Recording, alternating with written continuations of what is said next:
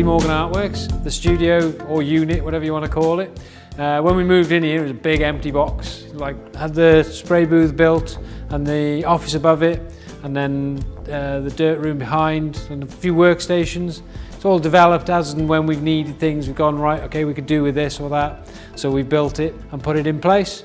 Yeah, so let's go and have a look around and see what you think. Right, so those are from a customer called Dave.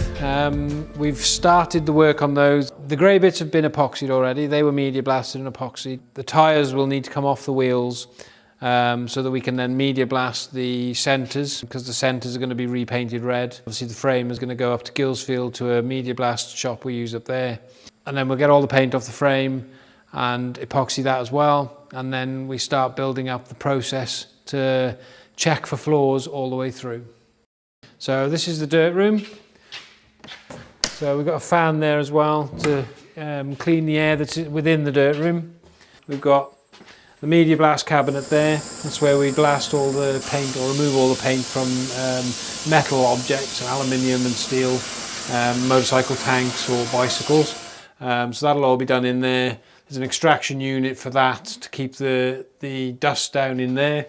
And then on here is where we do a lot of the prep work, where we're removing paint manually by sanding or removing filler. As you can see, keep the dust as contained in here as possible so that it's not contaminating outside. Right, so this is our paint mix area. This is a water-based paint system. So we use it for mixing up specific colours. So we've got all the different types of paint. They've all got their individual numbers on. So there's a computer system that we use. If you tell us you want Ford Mondeo black, that's a particular black, then we can mix it up. Or we can make bespoke colours, which we've done for bicycles like the Intense factory bicycles. So this is the large prep area. So when we're doing a number of Atherton bikes, we use this area because you've got a lot more room. You've got hanging room and everything like that. We also do the motorcycles here as well. So if we've got a number of motorcycle parts we need to work on, here's a handy place to work on those. We've also illuminated it with a bit more lighting in this area and white backgrounds to sort of reflect light off the panels to check them for any imperfections or marks or anything like that. Right, so this is our spray booth.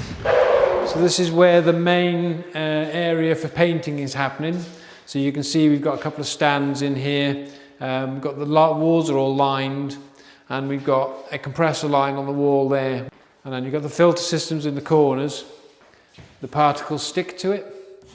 So when you're painting, the paint doesn't just hover in the air. They either stick to the wall or they go through the two filter systems at the back wall of the booth.